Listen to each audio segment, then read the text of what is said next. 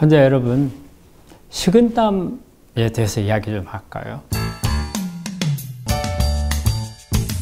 여러분들 아마 식은땀 흘려본 게 많이 있을 거예요. 특히 우리 암 환자분들은 이유 모르는 식은땀을 많이 흘리거든요. 그래서 이렇게 회진하다 보면 아침에 가보면 내가 어제 저녁에 완전히 벽에고 이불이가 다 적실 정도로 식은땀이 많이 났다. 도대체 왜 그러는가? 이런 질문 많이 하거든요. 우리가 일반적으로 생각할 때 식은땀 나면 기력이 떨어져 있고 체력이 떨어지면 난다 이렇게 생각하거든요. 암 환자도 마찬가지입니다. 그런데 암 환자가 유달리 다른 경우에 비해서 식은땀이 많이 나요. 그래서 그 원인들을 한번 좀 살펴보자면 가장 많은 것은요, 암이라는 것 자체가 성장을 하게 되면은 일종의 성장하는 가운데 열이 발생할 수가 있고, 또 이게 안에서 암세포가 괴사돼 가지고 또 감염이 되어서 열이 날 수도 있어요. 그 다음에 또 암도 일종의 활동하는 게 염증 반응이거든요. 그래서 열이 발생을 하고 이 열을 식히기 위해서 우리 몸에서는 땀이 발생하는 이런 게 암에만 오는 특징적인 그런 식은땀이 되겠습니다. 근데 그 외에는 우리가 유방암이나 또는 이런 난소암이나 전립선암이나 호르몬하고 관계되는 암인 경우에 또 이런 식은땀이 잘 납니다.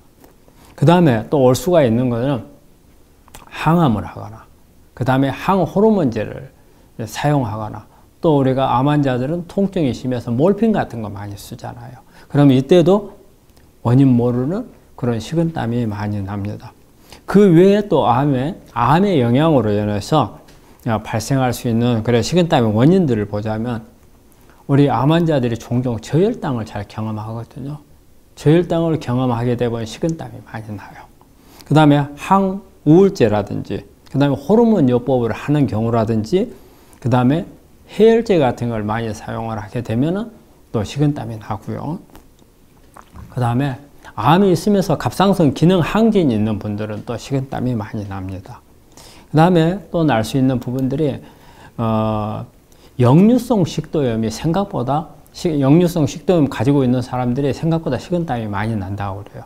그거는 자면서 누워 있으니까 위산이 거꾸로 역류를 해요. 그래서 식도를 갖다가 자극을 하고 염증을 일으키잖아요. 그러면서 우리가 자는 도중에 이게 통증이 나와요. 이런 부분 때문에 식은땀이 날 수가 있고요. 그 다음에 또 하나는 스트레스라든지 또 불안증, 그 다음에 카페인 같은 것을 많이 먹는 경우에도 자면서 식은땀이 날 수 있다고 합니다. 그 다음에 이제 생활 습관이 잘못돼서 오는 경우가 있어요. 대개 이런 경우는 저녁 늦게 뭘 먹고 자는 경우가 많은데, 간식을 먹거나 또 잠자기 전에 이 매운 음식, 그 다음에 카페인 같은 거 먹는 경우가 그렇고요. 그 다음에 또 올 수 있는 부분은 우리가 잠자기 전에 운동하는 거 별로 그렇게 좋지 않거든요. 근데 운동을 하는 경우에도 식은땀이 날 수 있다고 그래요. 그 다음에 원인 모르게 오는 것 중에 하나가 뭐냐면요, 우리 몸의 뇌에는 이 체온에 대한 정상 온도가 세팅이 되어 있어요. 이게 너무 낮았을 때는 조금만 우리 체온이 올라가더라도 이게 땀으로 나오거든요. 그래서 이거는 어떻게 보면 생리적인 변화 때문에 올 수 있는 이런 부분도 있고요. 그 다음에 그러면은 또 암 종류별로 해서 식은땀이 잘 나는 암이 있어요. 그런 암들이 있는데, 이걸 보자면은 우리가 가시노이드 튜머라 해서 우리 충수돌기에 주로 잘 생기는 신경 내분비 암이 있어요. 이런 경우에 암의 증상으로서 식은땀이 나고요.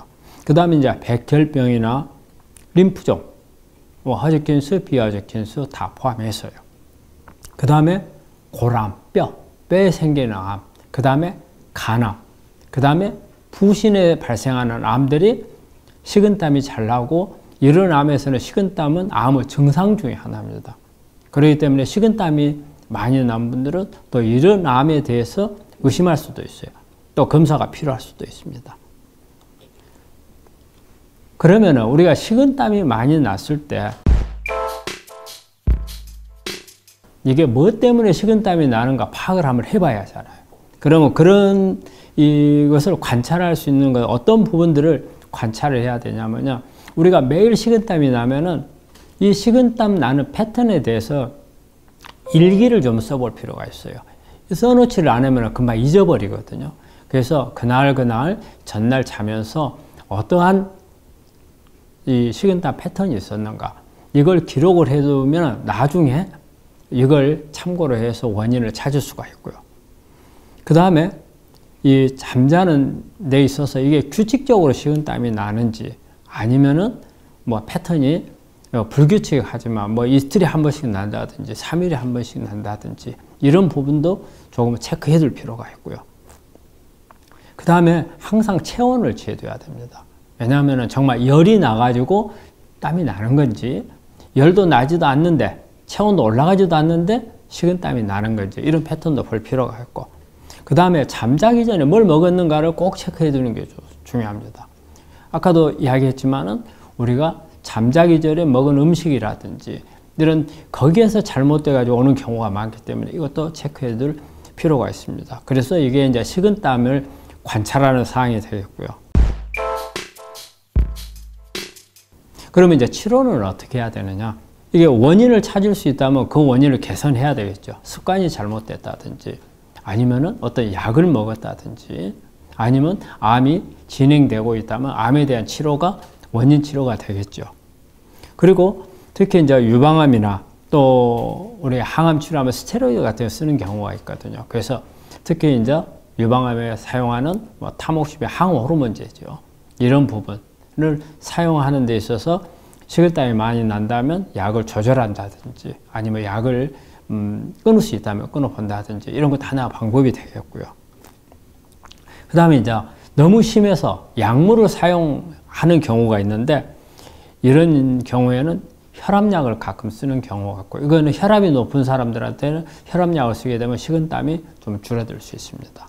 그 다음에 항정간제 가바펜틴이라는 약을 많이 써요. 그래서 식은땀이 많이 난 사람들은 가바펜틴을 써볼 수가 있고요. 그 다음에 제산제로서 우리 시메티딘 제제가 있거든요. 이것도 식은땀을 치료하는 데 사용할 수가 있습니다. 그 다음에 이제 항우울제가 이용이 되기도 합니다.